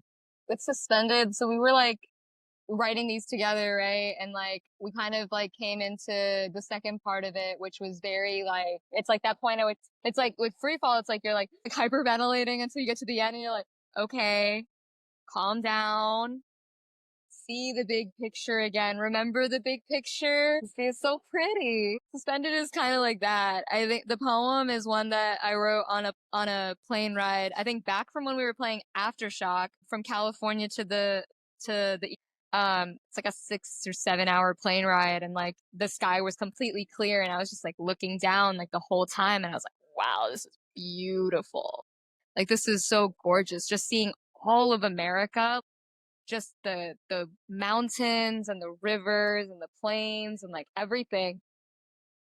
And I wrote that poem like in my journal. It's like a section of a very large entry where I was just writing poetry, like just describing what I was seeing. And when we were jamming it, I was like, okay, let me like just kind of sing this to like the beat, whatever it is. And that's kind of like where Suspended came from. And it moves in 3 movements where it's like, I hear the voices, they say, I love you and I always will.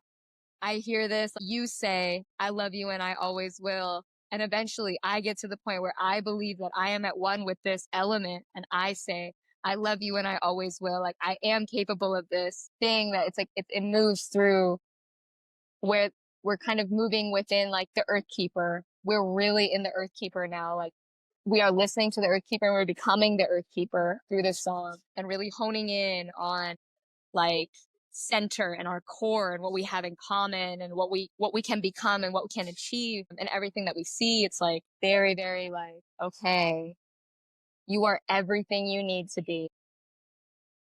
That makes a lot of sense. And yeah, it's kind of interesting hearing Myron give your perspective on that kind of suspension, right? And then you being able to write that from literally being suspended in the air for several hours. It's kind of a very cohesive thing. Yeah. That's what I'm here for, for those big brain thoughts. No, but no, very, very cool concept. And it's kind of a different sort of uplifting song again. Not that the record's dreary or anything, but it's, kind of coming to this kind of constructive, like, grounding conclusion, which is really cool. Myron, give I know you kind of talked about it a little bit with your idea and how this formed, but any other thoughts on Suspended? I just love how it had like the verses and the choruses. It's kind of like it's like an unexpected like flip of like what you usually get from songs in terms of like the verses. The verses technically are the like loud parts, you know what I mean? Where it's just like, and then, just kind of feeling everything, it's very much like you close your eyes and let the song wash over you. And then the parts that are like, for the most part, being repeated are like the quiet parts where I'm like doing like the bossa nova type groove and everything's very like stripped down. And I don't know. I just think that's interesting. It's not something that we've really done before. Yeah, and again, everything about the music is very cohesive. It's interesting that it's all connected because Suspended is like very different from Freefall, but like that's kind of a cool thematic element when they're connected together as well. That's They like yeah. complete each other. Yeah, definitely. And yeah, it's just a really cool, fun and interesting concept within the record to have these two kind of conceptual elements connected. Paul, any other thoughts on this one? Yeah, I think this song, maybe tied with Patience, I think is one of our most beautiful songs. Like instrumentally, it was really, it took a little longer to record just because Brett really pushed us to have a bunch of different types of orchestration. And the demo kind of sounds like just like a rock band. You got like one guitar doing rhythms, another guitar doing the leads, and the bass is also kind of doing some lead work as well. But the way we recorded it, and then everything ended up sounding like a really nice little orchestra. The guitar sounds like a synth. The all the all the counter melodies that are happening under Ashrita's like chorus melody, I think just makes me feel like you're on a little cloud. Very, very rewarding to listen to after having recorded it. You're on a cloud because it's crazy. Yeah. Yeah. In a plane. Wow. Everybody's in the sky. Yep. Yeah. That's awesome. Yeah, it does deliver that kind of feeling. So it's interesting that you guys kind of had that concept and the listener can kind of pull from that a little bit. It just shows that you're good at what you do. Going to the next one, we got the last three on the record. So we'll get into Reflection. Ashrita, speak to this one for me. Yeah, Reflection. Reflection is the first song that came out of Blood. So that was the second song ever. Reflection is like, I feel like it's our little pop song. It's very like resolute. It's like uplifting. I think like the beginning of it, to pacify my mind, it's like a very peaceful, like we've reached peace and we feel this peace so strongly that we can carry it forward in everything that we do. It's so easy to feel anger and sadness very strongly. It's easy to, in my opinion, like it's a lot easier to write about things that I'm upset about than it is to write about things that I'm happy about and like not make it sound cheesy. And this one, it's like, it's so like inside and out. It's very like resolved, like, okay, like, I have found the solution. It is to see my reflection in everyone and everything and work according to that and like find my purpose in accordance with like how I identify with the world and like what makes me feel like that all the time. Like I can do this. Like we're back. We felt light and we felt like feathery. We were flying and we can soar now. Like we can really soar with this song is I think like where this song kind of lays. It's in finding peace with others. Yeah, and finding a relation like like relating with people regardless of where they come from, background, whatever, in your day-to-day activities. That's if only more people did that. That'd be fantastic. Myron, go ahead and speak to this one for me. This song, I feel like whenever I like pick up a guitar, I end up playing it. Aw. Like the main riff. I don't know why. I love that like the chord progression in this song. And it got even more like crazy and beautiful like in the studio when we like finally like figure out where to place things and how to like we like added certain lines like within the studio to get the chorus and like that introduction like sitting perfect. I don't know. I think it just made like such a difference because like now whenever I listen to it, I'm just like, whoa, like It's so incredibly satisfying and like sets up the rest of the song so well. And like the at the like end of the song, it also like helps like give it a feeling of like progression because there is like an added bar, like an added line right before like the end of the song that was there initially like for every time, but we like changed. Yeah, I like cut down the choruses in the beginning of the song and then left the chorus for the last part. Otherwise, all the choruses were like that. But the last part now, it kind of feels like we're like evolving on the concept, even though that was the concept to begin with. Yeah. But it Brett's kinda- really good at that. Yeah. kind of brings the conclusion a little more towards the end, right? Kind of like with Yeah. that little added, yeah, that's what a producer's for, right? That's their role, and it can kind of bring things over the top, right? Paul, your thoughts on this one? The coolest guitar solo ever. Yeah, the solo on this like absolutely rips. Yeah. Thank you. I remember when we were in the cabin, we were really thinking really hard about this song. We were just like, okay, it's a pop song, but like, is it too corny if we do this, or is it now? It's like we're not going pop anymore if we do this kind of stuff. And one of the endings that we had for this song was actually the bridge that we hear now. It's like in 7, and it kind of has that like grungy, edgy riff. One of my biggest influences is Microwave.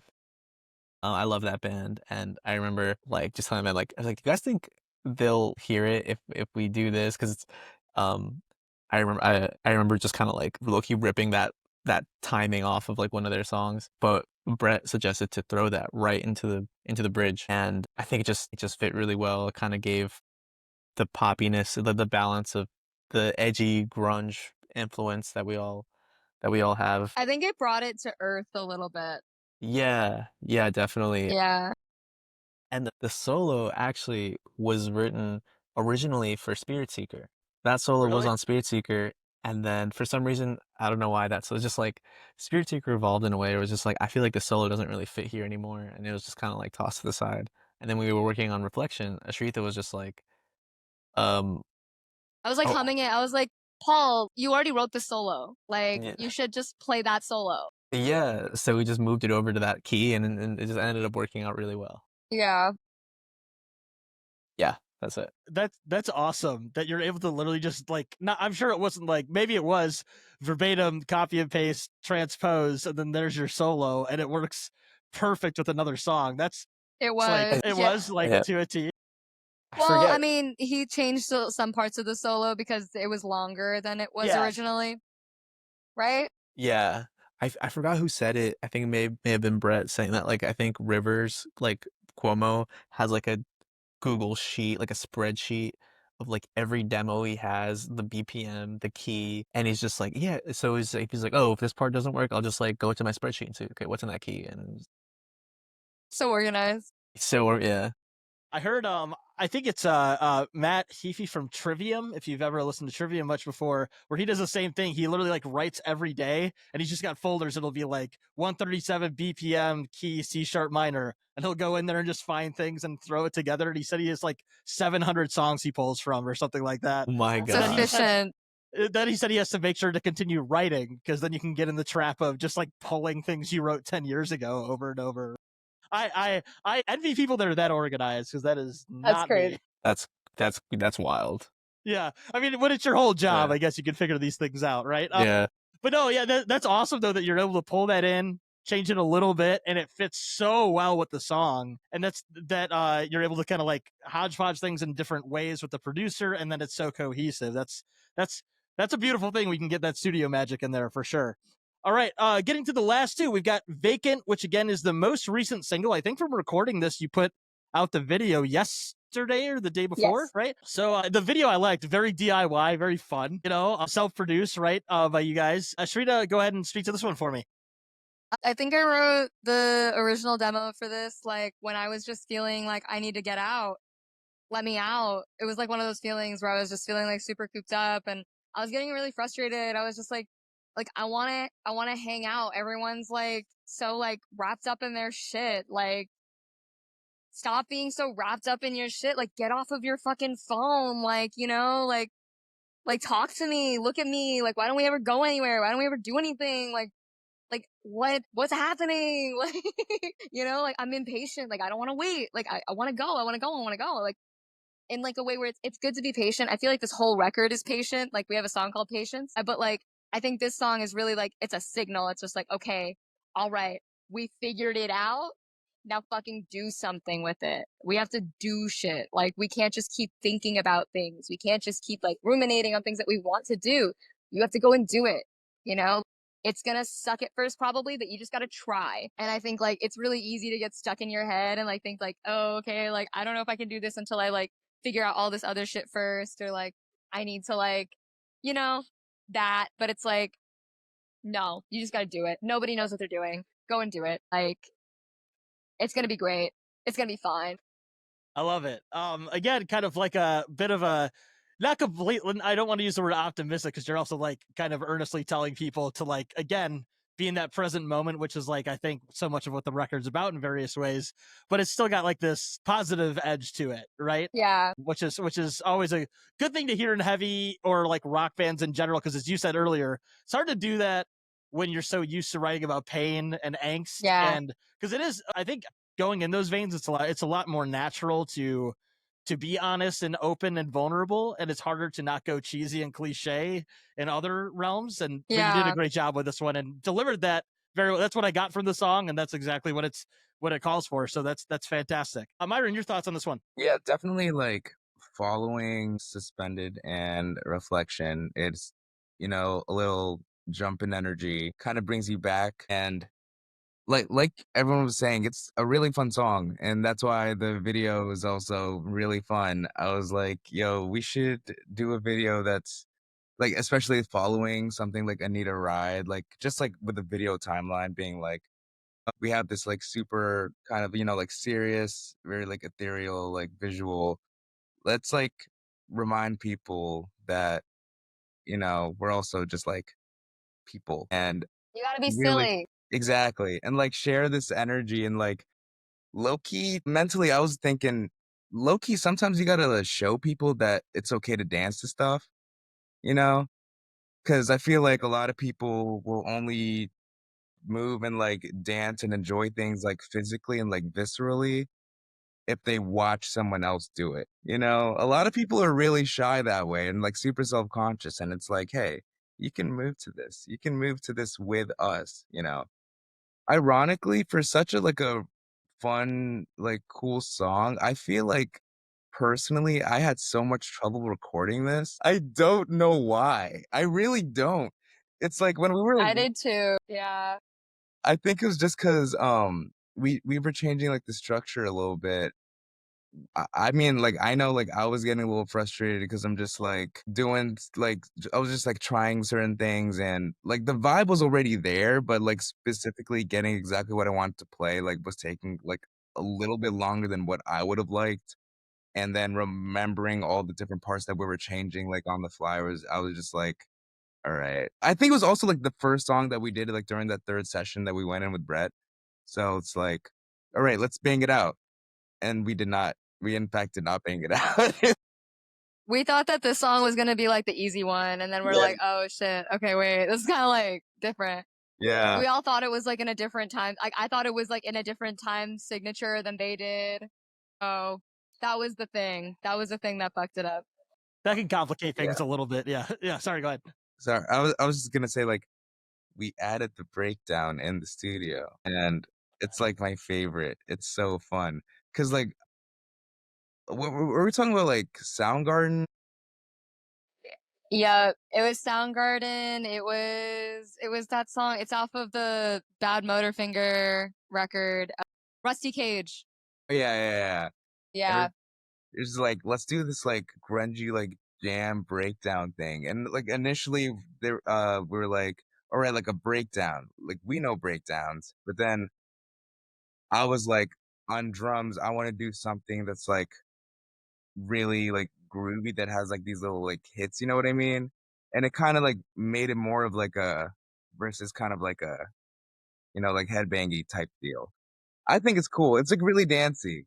It's Yeah. really dancey, but it's also like I don't know. I really like Ashrita's vocals over it. very like Yeah, I tried to go very Soundgarden with it. Yeah. It is very grungy. It is like, I think, the Yeah. grungiest song on the record for sure. And you said that you had a lot of those kind of influences on this record, and you could hear that, like, I think the most here for sure. Yeah. Paul, any other thoughts on Vacant?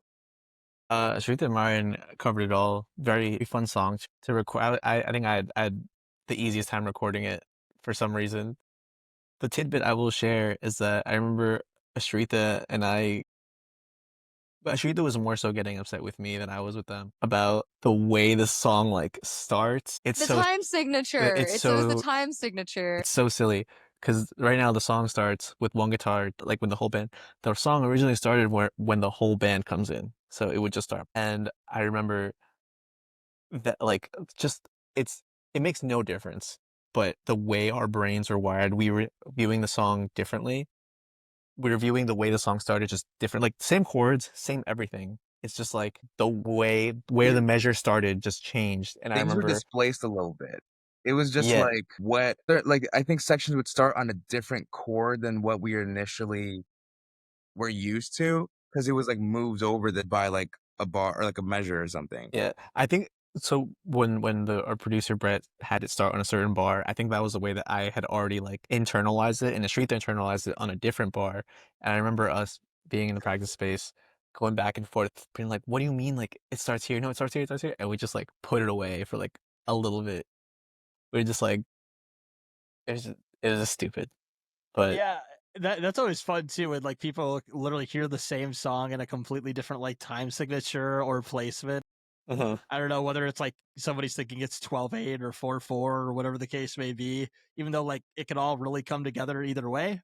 Right. If you But play the yeah. same clip, it's the same exact clip. It's just like people can internalize it slightly differently. Like your brain just reads patterns weirdly, right? Yeah. That's fun. No, but great song and great like third single for the record that I think gives a little bit of a different flavor of the record for people too. Getting into the last one, Here's Something More, the finale of the record. Really great kind of climax of the record. We'll start with, just because Ashrita I think is jumping right back in here. Myron, if you wanna give your thoughts on this one first.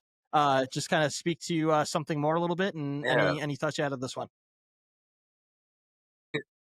Also really like this song. This is a song that like we're also like jamming, you know. I think I don't fully remember. Was it? Do you remember? Was it like a jam, or did you like build something first? Ashrita came with the guitar progression, and I Uh-huh. think Ashrita and I worked on something acoustic together before we. Yeah. Okay. Yeah. I remember that. I remember you sent that, and then I started like playing drums to it. Fun fact: that intro fill thing is just straight up Nosebleed by Deftones, because I'm obsessed with that song. Anyway, but I really liked working on this song because it has like it reminded us of like Mars, you know, like one of our songs like from our Saccharine EP, and it kind of had like that. It's like a lighthearted energy, but it is like real like things that are being talked about, and like how do you feel like about yourself, you know what I mean? For me, it kind of serves as like a reminder of like my own self-worth, and I don't know, it's also like the first time that I am singing like a lead line as well. Like in the chorus, me and Ashrita go back and forth. I didn't write the lyrics for it, but we had the space already, and then Brett was like, we need vocals here. And then Ashrita was like, well, I can't do like all of that. Like, you know, like going back and forth between those. And then Brett was like, just have one of them sing it. And I was like, all right, cool, I'll do it. I guess I did lie earlier. They do sing something Yeah. It works well though in that in that part that you're talking about. It's kind of cool. Yeah, it's kind of like a not like an exact call and response if I'm thinking of the part right, but like there's kind of like this space that it really gets filled by that sort of secondary vocal. Yeah. Yeah, because Yeah, we have really- like the melody, we have like the guitar melody there, and like the last step was just to like put a vocal like over like that same exact melody. and that melody comes back. Ashrita does sing it like at the end of the bridge, so it kind of connects all that together. Very, very cool. I always love when there's those kind of callbacks with melodies from instruments, different moments in the songs over different chord structures and things of that nature. Really, really cool element to that kind of gives it its own unique flavor for the end of the album. Ashrita, what are your thoughts on Something More? Yeah, Something More was a song that was like, I think I was writing it on my couch after listening to Pink Pantheress. I love her, and I think her melodies are really, really interesting. And you guys can hear me, right? Yes. Okay, good. My internet's being so buggy. But yeah, I really like her melodies, and I was just like kind of trying to like hum something like that, and I was like, honestly, like this could work over like a drum and bass beat, like the and I think the words just kind of came out of it, and I was just like, it was kind of like this reminder. I was like, you did all that shit, like everything that you did to get to this point, like you did that, like you've accomplished so much, like the so what, you don't think that you know who you are, but you're still moving forward, like you're still killing it, like you're still here and you're still doing so well because you wanted to, and in like your lowest moments when you don't think that you have that inside of you, it's just this like reminder that like it's always been there. It's why you're here today, and it's what's going to take you forward, and it's never going to go away. And it's a big part of who you are. I feel like the first verse is like, in my mind, it was like in The Lion King when Mufasa is showing Simba like the savannah over Pride Rock, and he's just like, from here to like the valley, like this is all yours. Like this is your kingdom. Like this is your space. Like you're entitled to this, like kind of like that vibe, like from the edge of this cliff into the valley, it's yours. Like you're the creator of worlds. You create everything that you perceive. Like you can make the best of your situation. You can do that. You have the power to do that. And you have the power to really like change your situation if you need to. You have the power to change course. Like you have the power to find the most powerful version of you. And that song was like me telling that to myself. I was like, yo, like stop tripping, like you're okay, like you're like doing really great. It was like out of Freefall, I'm just kind of like, okay, like I am actually killing it right now. It doesn't really matter what anybody else says, like I'm killing it right now, like I'm happy with what I've accomplished. And like it's all made possible because I wanted to. That's all you really need to change anything. You just have to want it. And I know that that sounds like a really like unrealistic, and like people will be like, oh, that's a really privileged position and everything like that. But I think it's like, it's really just about your mindset. Like, it's just like, you can't move forward until you believe that you can. That's the first barrier. And then after that, we can all figure that out together and like find a community. And like, the rest of the album talks about that. But like, it starts with you, that's kind of like the idea of that. Yeah, no, that's a great, I think, uplifting, constructive concept, and a great way to end a record that talks about a lot of different things that, like, you kind of come to this place of constructivity and positivity and self-reflection in a positive light. Like that's a great way to like send things off after a record that's very dense about what you talk about and from a lot of different perspectives and emotions and things of that nature.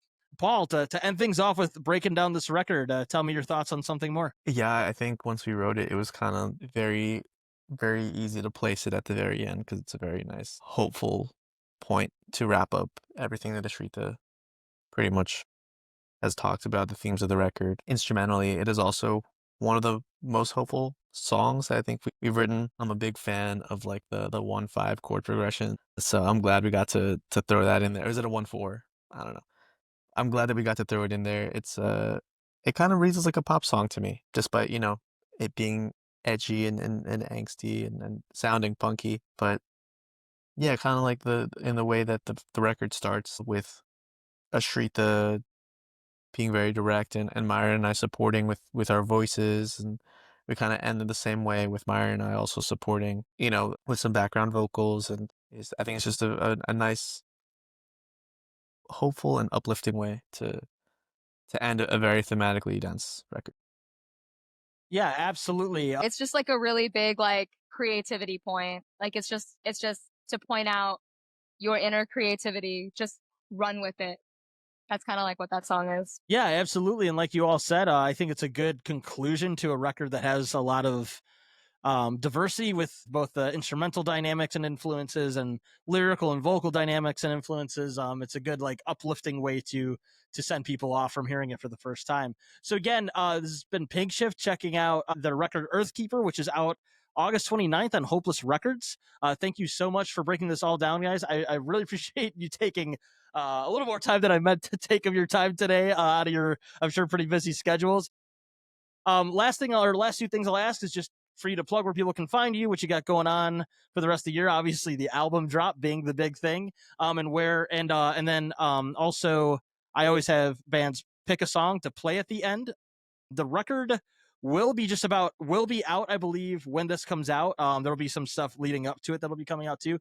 So just tell people where they can find your band, what you're doing for the rest of the year, and pick a song to play at the end. Cool. So yeah, we're Pinkshift. You can find us everywhere at Pinkshift MD on all of our socials.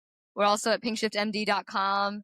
If you don't got socials, we got an email list. And we're going to be touring this fall. It's going to be our biggest headline tour yet. I mean, just off of the second record, and we're really excited for it. We're touring the US. Tickets for that are on sale now. You can go to pinkshiftmd.com/tour to find the show nearest to you. Yeah, and in that same vein, if you liked this track by track breakdown, we actually break down one of our songs every month on our Patreon. So we post like a blog post, and we post all the demos, and we also have like an in-depth like thing where we talk about one song for like an hour.